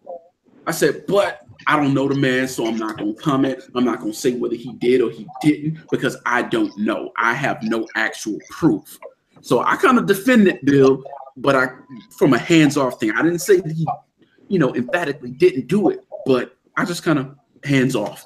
But more women started coming. I'm like, wow, that's a lot of women telling the same story. And then I thought, some of them are lying, but we don't know which ones. Because honestly, if you see somebody saying, yeah, he did this, he did this, he did this, what's the best way to add credibility? What's the best place to hide a lie? It's between 2 truths. So if you got a lot of true statements, you can slip a lie up in there. It's a whole lot easier to slip a lie up in there. But when he admitted in a legal document that he did give these women drugs to have sex with them, that's what had me like, wow. Jill Scott on Twitter was defending him until she saw that. All she said was, wow. Now people say, well, they just want money. But why didn't they say anything before? A lot of these women have said stuff. A lot of these women have come forward and they were met with the same type of allegation. They just want money or they just lying. They lying. Like, we cannot believe one of our heroes is a pervert. And then, going off of that too, if they wanted money and they said it and Bill Cosby offered them hey, let me go and give you some money and we can just shut this whole thing down. Mm-hmm. I feel like he would have done that. But at the same time, I feel like maybe he felt like he didn't have to because, again, not a lot of people want to believe sexual assault victims. And that's what it comes down to. Most of the time something happens, the only people who are around when it happens is the victim and the abuser. That's it. So it automatically becomes your word against against the other person's word. But then, But you know what? They I hate to cut you guys off, but Bill Cosby wouldn't have never went free had those people credibility had been smashed altogether by their behavior after the so-called rape. I mean, you just don't contact people that raped you. You don't go to their concerts. This old white lady from the 60s said that he did that to her, and the next day she seen him and he gave her tickets to the concert, and the next day after that she went. Who does that? You know, if somebody that actually does happen. That actually does happen. Different people differently. And this is my biggest thing, especially when it comes to Black people. Can we please stop acting like a mistrial or someone being found innocent means they're not guilty? Like, okay, George Zimmerman was found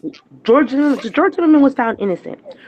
They're like, honestly, now if I sit here and say, oh yeah, well, you know, George Zimmerman was found innocent, you guys, so he was right in murdering Trayvon Martin because he was found innocent. Nobody would agree with that. Nobody would back me up. But when it comes to Bill Cosby, we want to act like the justice system is always correct and is foolproof when we know it's not. Mm-hmm.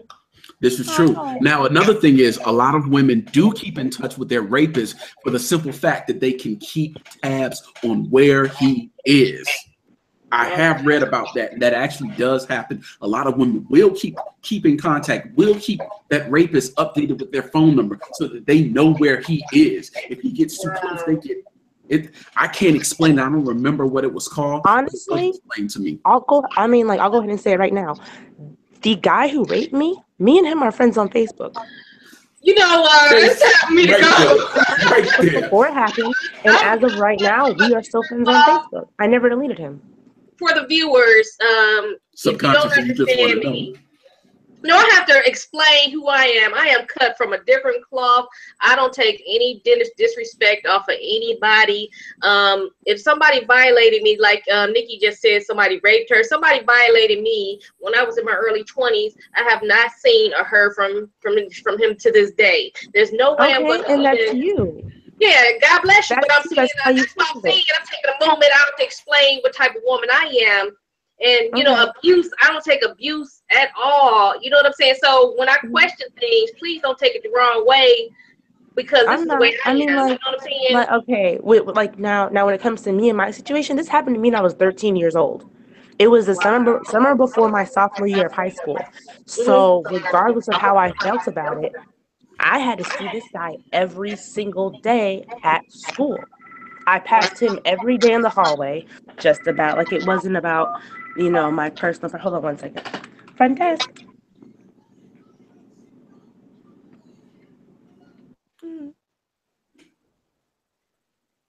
Anybody want to add? William Esquire, you got anything to add? I don't know, man. I think it brings us back to accountability. Like, I agree. Like, it must be a tough thing for a woman to like try to like get her accuser acquitted of the wrongdoing. Again, it's like, everyone handles things differently. Again, like, I could have deleted him off of Facebook after that happened, but I still had to see him every day. I did not tell anybody about what happened to me. The first time that I told somebody, it was about, I want to say, like 10 or 11 months after the fact. Like, this happened in August. I didn't say anything until like June. Hi. That was my first time like saying it out loud to anyone. So it wasn't like, you know what I'm saying? So like, I still had to see him every day at school. He lived, I want to say, maybe 2 miles from me. We had mutual friends. So, me blocking him on Facebook wouldn't have X'd him out of my life. At the end of the day, we went to school together. We had mutual friends. We hang out with the same people. My best friend has a crush on you. And that was the situation. Like, so, yeah, some people, you know what, out of sight, out of mind, they're going to block you on Facebook or erase you from their life altogether. And, people handle things differently. Yeah. That's what I'm saying. Yeah, so it's like I said, I believe some, I'm not even going to say most or all, some of those women were lying. Some were. I agree with that. But I also believe that there are some women that still haven't even come forward.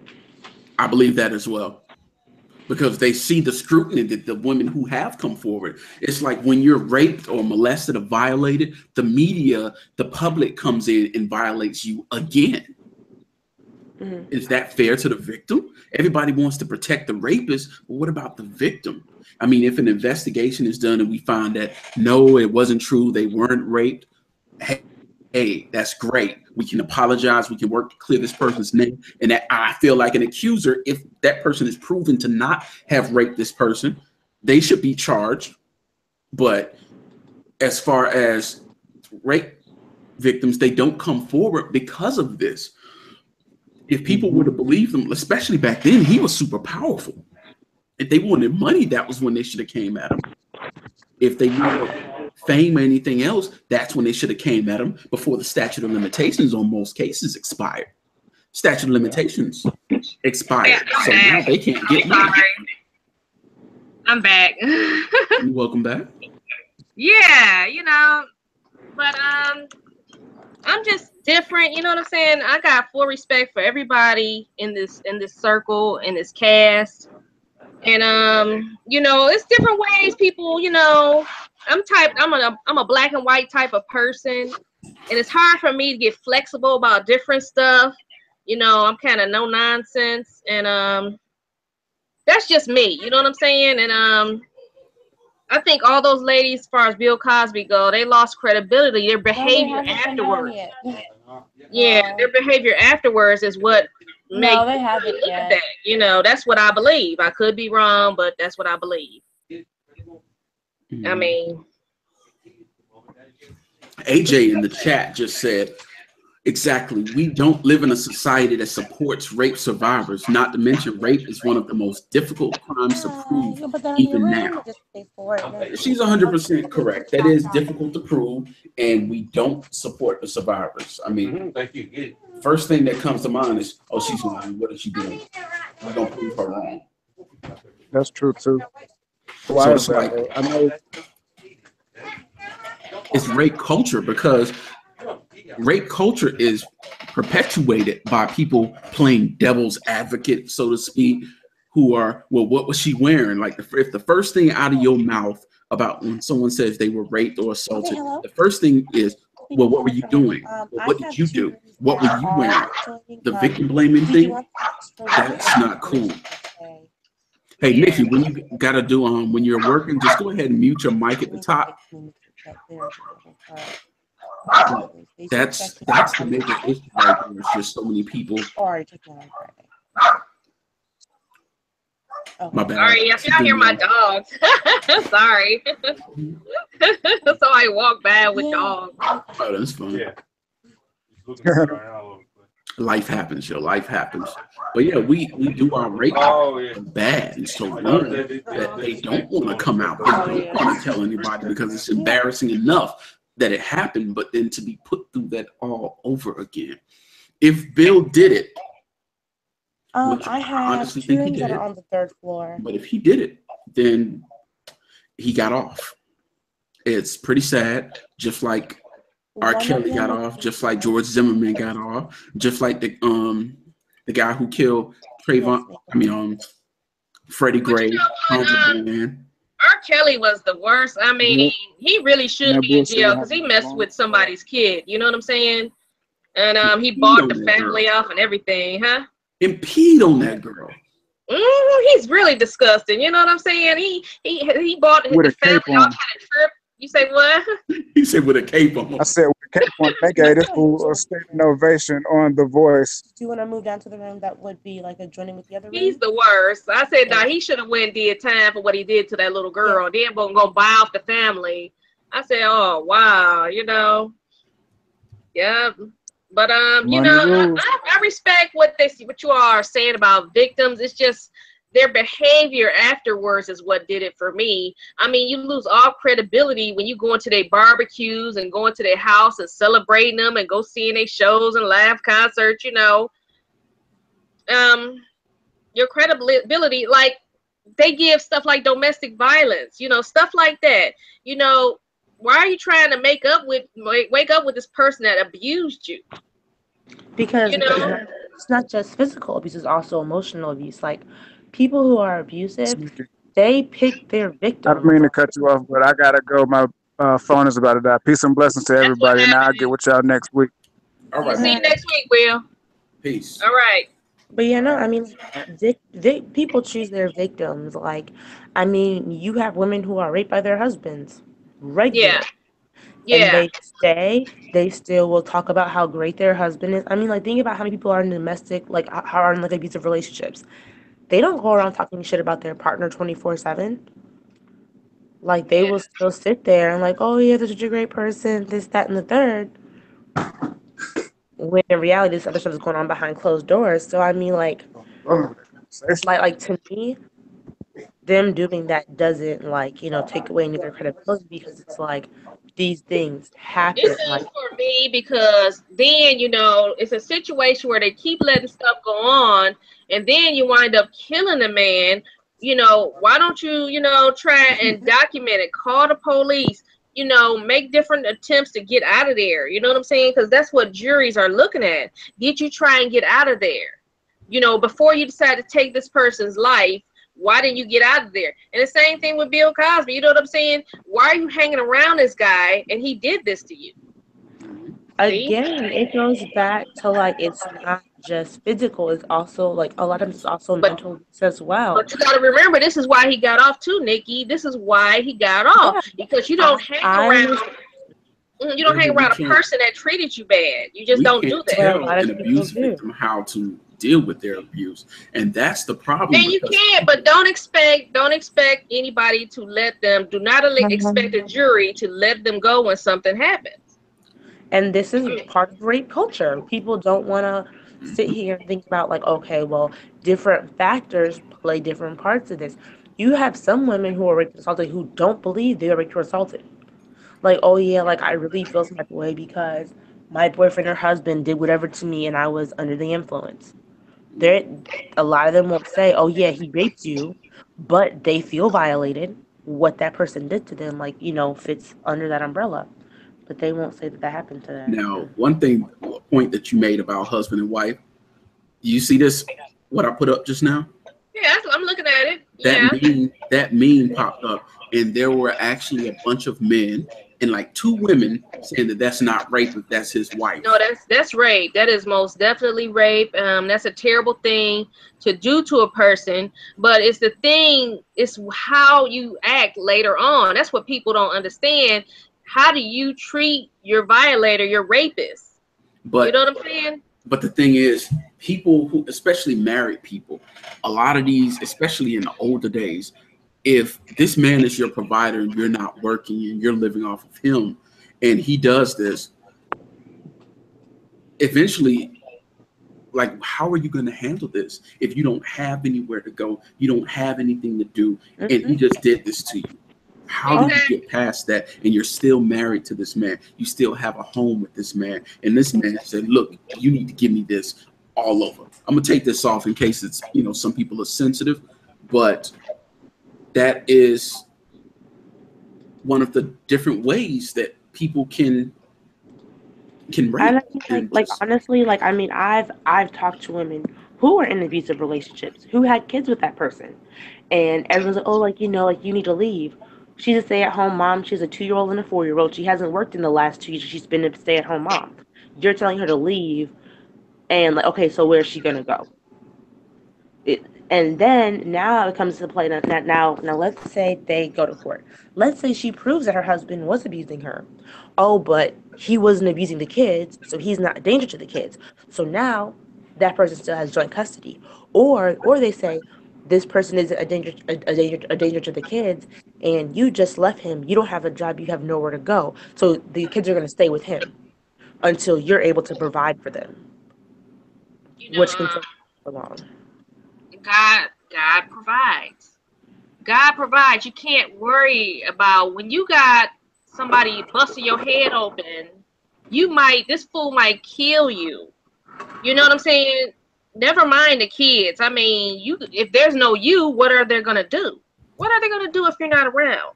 So you just can't keep making excuses to sit up there and allow this fool to keep busting your head in. You got to make a way so you can be there for your kids. You know, that's what I mean. You can't take it crap off of. Even when you're making a way, you usually can't get up and leave that second. You have to usually get No, you yourself can't. together. But I mean, like, even when like how you just said, like God will make a way. That goes into the whole like pray about it thing when it comes to Black people and mental illness. Like, yeah, broke up real bad. Hello? Sorry, my phone's. It's all right. I didn't hear nothing you said. Did you hear? Basically, what she said was that when you say God will make a way, that goes into that whole pray about it thing. Yeah. Can you hear me? Yeah, I hear you. It was just a bad, I couldn't hear you for a second there, but it's okay. But this is what I'm saying. Sometimes you just gotta run out of there like Tina Turner. Just run out of there and get the hell out. You know, why are you sitting around getting your head bashed in, and this fool might kill you someday? You know what I'm saying? Take your own life. And go where? Exactly. You're gonna run out. You're gonna run out with a 6-month-old on your hip and a 1-year-old holding your hand. Where are you going? With what money? Where you gonna lay your head? Wherever you gonna go is better than this fool busting your head open. Wherever you gonna go. But the thing is, they mentally defeated these women before they did that. So these women are mentally dependent upon these dudes. Not all of them. Not all of them. Some women has this fantasy that one day he'll stop it. He'll stop it. That's why they stay. That fantasy right there feeds to the illusion that he may stop one day. He's going to stop. So let me go ahead and stay with him. He needs my support. Or they make excuses. Well, he's going through a lot. He's stressed at work. Let me stick with him. He needs my support. And it's bullshit. I don't know if you guys ever saw this movie. It was on it was called The Blue-Eyed Butcher, but it was based on a true story. Like, this man had been abusing his wife for like 6-7 years. And she ended up like snapping one day because he put his hands on like their 2-year-old baby and like pushed him down. She stabbed him a whole bunch of times, and then he died. And another one of our chat users said it's hard to leave. For some, that's all they know, and a lot are defeated and feel as if they could leave, they will be found.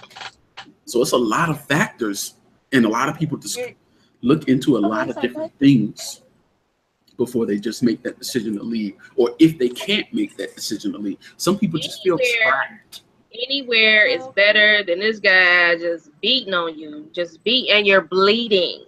Breaking your ribs, breaking your arm. So that their children can have that should be, if anything, that should be the first reason they should leave Gideon for the kids. At least do it for the kids. If not for yourself.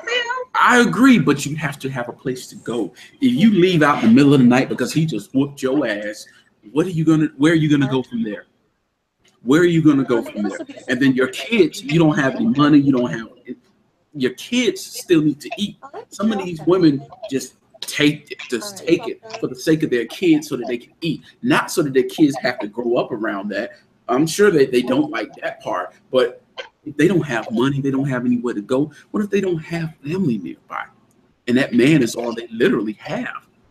And the thing is, that's the situation for a lot of people. Like, a lot of times when like someone is abusive, they don't just start hitting you on day one. It'll be fine maybe for the first year, the first 2, the first 3 years.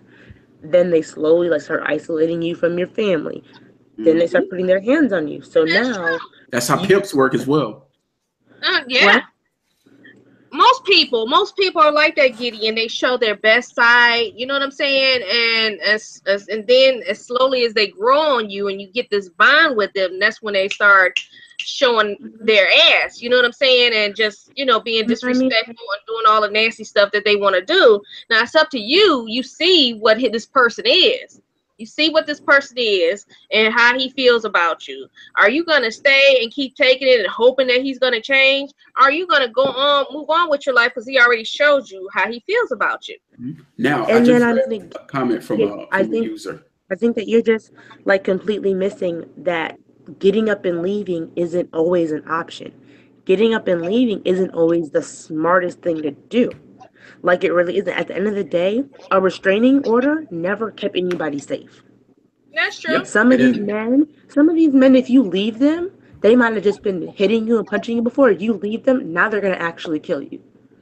Now, what someone just said, AJ in the chat just said, plus abusers go after specific types. I know a woman who found the courage to run away from an abuser with her 2-year-old twins. She had to go to a homeless shelter. Now, that's a whole nother set of problems right there. You've got people stealing from you. You've got people fighting with you. You've got all sorts of violence. Gideon, is she alive? Is she alive? Yeah, she's alive. All right, then. You don't just sit around and just let this fool beat on you like that. You take your life and your child's life and you move on. You don't just let that stuff go on. But you got to leave up. You have to have somewhere to go. Have options. And she did. She went to the shelter. She saved herself for her child. She had somewhere to go. A lot of women don't have somewhere to go. That's the whole point I'm trying to make. Shelters fill up. Shelters fill up, and they fill up fast. Not only that, but like I said, I mean, like, I personally know someone who was in an abusive relationship. She was able to prove that the man was abusing her.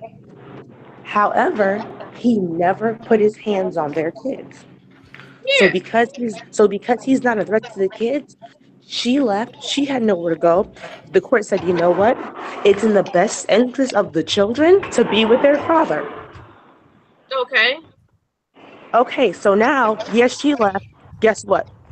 She has no access to her kids. She can't go get her kids because she's in a homeless shelter. And the judge decided being in the home they grew up in is better for them than being in a shelter. So now she hasn't seen her kids in about 2 months. It's not like she can call this man and talk to her kids and see how they're doing. She's sitting here like trying to get something, but again, like, it's not always that easy. And I mean, like, people always say just leave. I mean, I'm lucky. I have family that I can go to. I have people that I can call on. Not everybody has that. This is true. So I mean, yeah, and like, you're gonna leave and go where? Shelters fill up, and they fill up fast. Some shelters you have to pay money to go to. How are you gonna get to the shelter? Because if you don't have any money and the car's in his name, how are you getting there and when? Yeah. And how are you going to sit here and explain to your kids that you're leaving right now and you're never coming back? Yeah. Then you have to sit there and like watch your kids who used to have a home, who used to have toys, look at you, and now they're on a homeless shelter with you. Mm-hmm. They don't know what's going on. They might miss their daddy. They don't know about them to stay in this house that they don't like anymore. Like, it's a whole bunch of things that go into that. Yeah, I mean, I understand where Miss Greer is coming from because that's the black and white common sense approach. I typically think that way, not on this subject, but on a black and white basis. It's this or it's that. So I totally understand where she's coming from. So please, Ms. Greer, please don't take anything as disrespect. We're just trying to say. I'm good. I'm good. I just feel like this is just me. Yeah. There is no gray because you guys are coming from what if this, what if that. There is no what if somebody is beating you. There is no what if your face is bleeding, your arm is broke, your ribs are broke, and the children are scared. You either getting out of there or you're going to keep on putting yourself and your family at risk. You getting your kids and you're getting out of there. Now, you can come up with a plan. You can come up with a plan, a well-executed plan if you play your cards right. But for me, there's no options. You can't stay with someone that is beating you. You can't. You know what I'm saying? And I mean, I totally see where you're coming from. I feel the same way. I feel like, if he's beating me, he might end up killing me. Like, I totally see where you're coming from. But at the same time, though, like, I understand that, if I leave, I know that I have family that I can always go to. Now, if it's like, okay, I'm going to leave and me and my son are going to be living in a cardboard box on the highway, I don't know if I would have the same motivation to leave. Because that's somebody they're not concerned about their safety. You're not. If you're worried about laying in a cardboard box, I'd rather lay in a cardboard box on the side of a freeway. And then you could be raped by a stranger. Then you could be raped by somebody on the street. Hobos get raped all the time. But that's what if. If it was a fifth, we'd all be drunk. Girl, You been to the a fish? lot of homeless shelters are not safe. At all. They How are do you not. know you're not gonna be safe though? How do you know that? You Because sitting there. sometimes, and I mean, like, I can tell you, like, I mean, I think this way. I know a lot of people think this way too. Sometimes the devil you know is better than the devil you don't know. Oh Amen. wow. Yes, I'm with him. He might put his hands on me from time to time, but if I leave, I could end up in a shelter where it's a lot worse. I could end up on the streets where it's a lot worse. Wow. Yeah, Wow. make a good point, Nikki. So I guess I guess no. Nikki, I guess No. Nikki, I That would guess be a me and no you for on the me. same page then. We on the same Can I page. ask you a personal question though, Nikki? Have you ever been abused before by your boyfriend or your husband? Hello? Hello? All you have Yeah. to say was you don't want to answer. Are you there? Hello? Her mic is off, I think. Yeah, it might be. Nikki? Sorry, I'm back. Okay. Did you hear the question? No, what was the question? Have you ever been abused by your boyfriend or husband? Is I that had personal? one guy put his hands on me, and when he did it, I left. Yeah. Okay, but at the same time, I had my own place. Okay. I had a job. Okay. So me leaving him meant a simple breakup. Now, had I been living with him, I had no family to go to. I was depending on him. That could have changed a lot. You know what I'm saying? Like that could have changed the narrative. Oh. And I mean, like, you know, he didn't even really like put his hands on me that bad. He mostly just started screaming, like punching walls and stuff. But I'm like, okay, you're crazy. I'm leaving. That was the end of it. But again, I had my own place. I had my own car. I had a job. Had I been depending on this man for a place to live, a place to sleep, and food to eat, that would have honestly changed for me. I'm like, okay, I wouldn't have been able to up and leave right then. I would have had to wait because I'm like, okay, I don't have anywhere to go. I don't have any other means of providing shelter or food or anything like that for me or my son. So it would have been a very different story had that been the case. Mm-hmm. Yeah. Wow. I mean, I'm like, you know, to me, being able to say, someone puts their hands on me, I'm leaving, that's a privilege that I have. Some women do not have. You know, Yeah. they're not able to say, if a dude puts his hands on me, I'm leaving. They can't do that. They're gonna have to stay for a little while, get situated, figure out where they're gonna go, how they're gonna get there, how they're gonna maintain themselves and their kids. And it takes a while. And I mean, like, not my cousin, but like my cousin's cousin, she left her abusive husband, was doing good. 2 months later, he killed her. So it's like, Oh. leaving doesn't always keep you safe. A restraining order doesn't stop a bullet, you know? Mm-hmm. I can't hear you. She said leaving doesn't always keep you safe, and a restraining order doesn't stop a bullet. That's true. I don't even want to go that deep. All I know is I'm leaving. I had somebody beat me before. He the classic abuser. He sent me roses the next day. He told me he would beat me again. So why would I talk to him again? You know what I'm saying? I don't care nothing about where I gotta go home. I'm getting, when my safety is compromised, I have to keep myself safe. I do. I just can't do it. And some Can women, I ask like you a I said, question? yeah. Have you ever been to a homeless shelter? Good point. No, but I heard rumors that can be pretty ugly places. That's an I've understatement. heard. But did you know they have shelters specifically for women of abuse and their children? That they're only Yeah. open to women and their children? Yeah. Okay. I don't know where you live. I'm not gonna ask you to like disclose that if you're not comfortable. No, But I'm in Michigan. okay, so I mean, even just in whatever county you live in, call a women's shelter in your county and ask them if they have space, if they have space available. Just if you feel like on your own time, just try it once. I know that I live in Charlotte. I know that like our shelters fill up fast. Mm-hmm. So even shelters for women for just women and abused children. You think they fill up fast too? yes, They fill up yes, faster. they fill up fast. And the thing is, most of the shelters are only for women who are That's in what I'm these saying. situations. For women and They fill up children. fast. Yeah. They fill up fast. Now, Mm-hmm. let's say you have a 16-year-old son. He may not be allowed in that shelter, depending on the shelter and their rules. So, like I'm saying, and it's all things you have to consider. I've never had to live in a homeless shelter. I've never like had to go to like a soup kitchen for food, but just like volunteering in them, I see how quickly they fill up. I see the conditions of what most soup kitchens look like. Mm-hmm.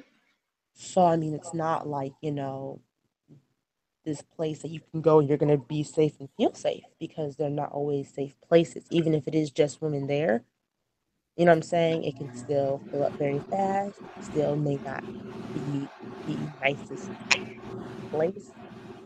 Just stuff like that. Mm. Okay, just to give you, we're just about out of time. So I want to thank everybody for coming through, for checking us out. We didn't have many people here, but this is the first episode, and we're gonna do nothing but grow week after week, right? So I for think we everyone did that's really good. We did really good. So for everyone that's watching, please go ahead and hit that like button and share the video so that we can get more eyes on it next time. But we want to thank you all for taking time out of your Sunday to come check us out. And with that, we're going to start the outros. Nikki? Bye, everybody. Thanks for listening. All right. And Miss Greer. Thank you for listening, everybody. You guys, your cast, this is the best cast a woman could ever ask for. You guys enlightened me. We talked, we laughed. Come back next Sunday and come see us. All right. And I'm your host, Gideon Alvin White. I just want to once again say thank you for coming through. I want to thank my guests. Well, excuse me, thank my cast, Miss Greer, Nikki, and William Hesquire, who had to depart a little earlier.